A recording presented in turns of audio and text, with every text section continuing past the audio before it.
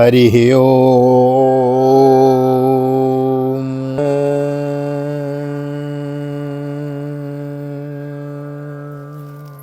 जय श्री राधे, जय श्री कृष्ण। आप सभी को एक बार पुनः आप सभी का बहुत बहुत स्वागत है आप ही के YouTube चैनल भक्ति मार्ग वृंदावन।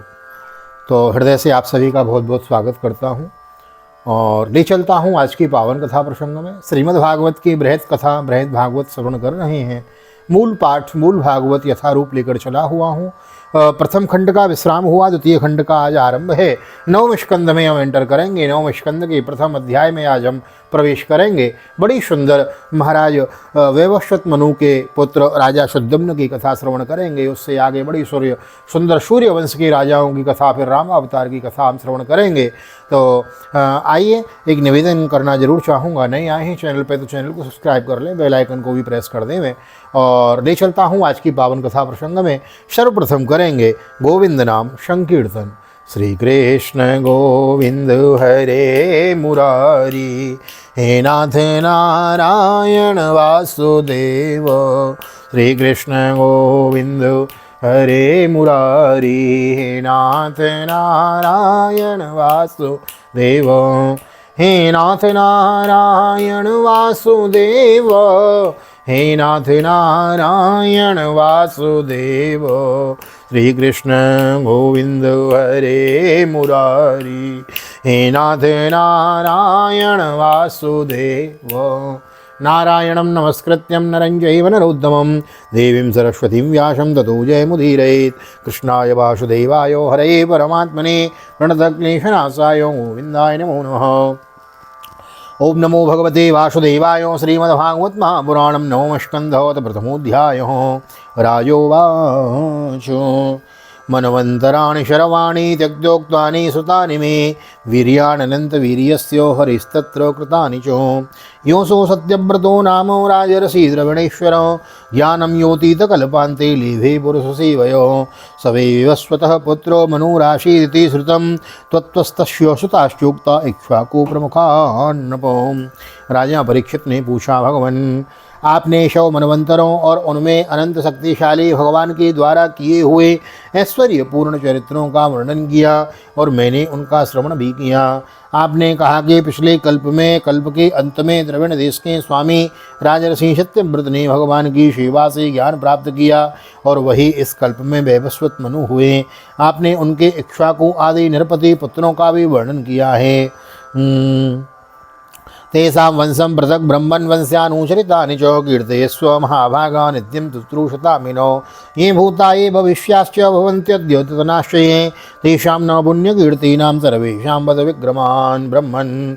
अब आप कृपा करके उनके वंश और वंश में होने वालों का अलग अलग चरित्र वर्णन कीजिए। महाभाग, हमारे हृदय में सर्वदा ही कथा सुनने की उत्सुकता बनी रहती है। वैवस्वत मनु के वंश में जो हो चुका हो, इस समय विद्यमान हो, और जो हो चुके हों और जो इस समय विद्यमान हों और आगे होने वाले हों, उन सौ पवित्र कीर्ति पुरुषों के पराक्रम का वर्णन कीजिए। सूतोवाचो एवं परीक्षिता राज्ञा शतशी ब्रह्मवादिनां, पृष्ठ प्रोवाच भगवान शुक्रः परमधर्मवेद। सूत जी कहते हैं, सौनकादि ऋषियों, ब्रह्मवादी ऋषियों की सभा में राजर्षि परीक्षित ने जब यह प्रश्न किया, तब धर्म के परम मर्मज्ञ भगवान श्री सुखदेव जी ने कहा, श्री शुकोवाचो श्रूयतां मानवो वंशः प्राचुर्येण परन्तप, न शक्यते विस्तरतो वक्तुं वर्षं शतैरपि। परावरेषां भूतानामात्माय पुरुषः पर, स एवासीदिदं विश्वं कल्पान्तेऽन्यन्य किंचन। श्री सुखदेव जी ने कहा, परीक्षित, तुम मनुवंश का वर्णन संक्षेप में सुनो, विस्तार से तो सैकड़ों वर्ष में भी उसका वर्णन नहीं किया जा सकता। जो परम पुरुष परमात्मा छोटे बड़े सभी प्राणियों की आत्मा है, प्रलय के समय केवल वही थे। वह विश्व तथा और कुछ भी नहीं था। तस्य नाभेशो भवत् पद्मकोशो विरण्मयो, तस्मिन् यज्ञे महाराज स्वयंभूश्चतुराननो।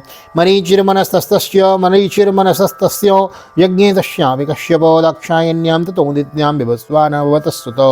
ततो मनुश्राद्धदेवो संज्ञायामास भारतो, श्रद्धायां जनयामास दशपुत्रान् स्वात्मवान्। इक्ष्वाकूर्णकसंयाति दृष्टदृष्ट करूषकान् नरिष्यन्तं प्रशद्रं च नभगं च कविं विभुः। महाराज, उनकी नाभि से एक सुवर्णमय कमल कोष प्रकट हुआ, उसी में चतुर्मुख ब्रह्मा जी का आविर्भाव हुआ। ब्रह्मा जी के मन से मरीचि और मरीचि के पुत्र कश्यप हुए। उनकी धर्म पत्नी दक्षनंदिनी अदिति से विवस्वान सूर्य का जन्म हुआ। विवस्वान की संज्ञा नामक पत्नी से श्राद्धदेव मनु का जन्म हुआ। परीक्षित, परम मनस्वी राजा श्राद्धदेव ने अपनी पत्नी श्रद्धा के गर्भ से 10 पुत्र उत्पन्न किए। उनके नाम थे इक्ष्वाकु, नृग, सरियाते, दिष्ट, दृष्ट, करूस, नरिष्यंत, प्रशद्र, नभग और कवि। अप्रजस्य मनोपूर्वं वसिष्ठो भगवान किलो मित्रावरुणयोरिष्टं प्रजार्तो मकरोत् प्रभो। तत्श्रद्धा मनोपत्नी योतारं समयाच्युतो दुहित्रर्थमुपागम्य प्रणिपत्य पयोव्रत प्रेषितो ध्वर्युणा योता ध्यायस्तत् सुसमाहितो अविशीव्यचर तेन वषट्कारं गणन् द्विजो वेवस्वत् मनु पहले संतानहीन थे। उस समय सर्वसमर्थ भगवान वशिष्ठ ने उनसे संतान प्राप्ति कराने के लिए मित्रावरुण का यज्ञ कराया था। यज्ञ के आरंभ में केवल दूध पीकर रहने वाली वैवस्वत मनु की धर्मपत्नी श्रद्धा ने अपने होता के पास जाकर प्रणाम पूर्वक याचना की कि मुझे कन्या ही प्राप्त हो। राजा पुत्र चाहते थे और पुत्र के लिए यज्ञ किया, लेकिन रानी होता के पास में पंडित जी के पास में गई और बोली, महाराज कृपा करो, हमें तो पुत्री चाहिए। तब अध्वर्यु की प्रेरणा होता बने हुए ब्राह्मण ने श्रद्धा के कथन का स्मरण करके एकाग्र चित्र से वषट्कार का उच्चारण करते हुए यज्ञ कुंड में आहुति दी है। यूतस्तद विचारेण कन्येलानाम साभवत् तां विलोक्य मनुब्राह्मणतः हिष्टो नातिरष्टो मना गुरुं भगवान् किमिदं जातं करवं वो ब्रह्मवादिनां विपर्ययो महो कष्टम् एवं स्यात् ब्रह्म विक्रिय यूयं मंत्रो विदो युक्तास्तपसा दग्ध किल विषा कुतो संकल्प वैषम्य मन्नतम विपदे स्विवहों। भगवान, आप लोग तो ब्रह्मवादी हैं, आपका कर्म इस प्रकार विपरीत फल देने वाला कैसे हो गया? अरे यह तो बड़े दुख की बात है। वैदिक कर्म का ऐसा विपरीत फल तो कभी नहीं होना चाहिए। आप लोगों का मंत्र ज्ञान तो पूर्ण है ही, इसके अतिरिक्त आप लोग जितेंद्रिय भी हैं तथा तपस्या के कारण निष्पाप हो चुके हैं। देवताओं में अशक्त की प्राप्ति के समान आपके संकल्प का यह उल्टा फल कैसे हो गया? तन्निशम्यो वजस्तस्य भगवान् प्रपितामहो योतुर्व्यतिक्रमं ज्ञात्वा भवासेरभिनन्दनम् एतत् संकल्प वैषम्यो योतुस्तेम विचारतो तथापि साधयस्ते सुप्रजास्त्वं सुतेजसो। परीक्षित, हमारे वृद्ध प्रपितामह भगवान वशिष्ठ ने उनकी यह बात सुनकर जान लिया कि होता ने विपरीत संकल्प किया है, इसलिए उन्होंने वैवस्वत मनु से कहा, राजन, तुम्हारे होता के विपरीत संकल्प से ही हमारा संकल्प ठीक ठीक पूरा नहीं हुआ, फिर भी अपने तप की प्रभाव से मैं तुम्हें श्रेष्ठ पुत्र दे दूंगा। एवं व्यवसितो राजन भगवान सोमहायसो हस्तो सीधादि पुरुषो मिलाय पुस्तकाम्ययो तस्मै काम वरम तुष्टो भगवान हरीश्वरो तदा विलाभवत्तेन सुद्युम्नो पुरुषर्षभ स एकदा महाराज विचरन् मृगयां वने व्रतः कतिपयामात्मैरश्वमारुह्य सेन्धवं परिज्ञेत। परम यशस्वी भगवान वशिष्ठ ने ऐसा निश्चय करके उस इला नाम की कन्या को ही पुरुष बना देने के लिए पुरुषोत्तम भगवान नारायण की स्तुति की। सर्वशक्तिमान भगवान श्री हरि ने संतुष्ट होकर उन्हें मुँह मांगा वर दिया, जिसके प्रभाव से वह कन्या ही सुद्युम्न नामक श्रेष्ठ पुरुष बन गई, पुत्र बन गई। महाराज, एक बार राजा सुद्युम्न शिकार खेलने के लिए सिंधु देश के घोड़े पर सवार होकर कुछ मंत्रियों के साथ वन में गए हैं।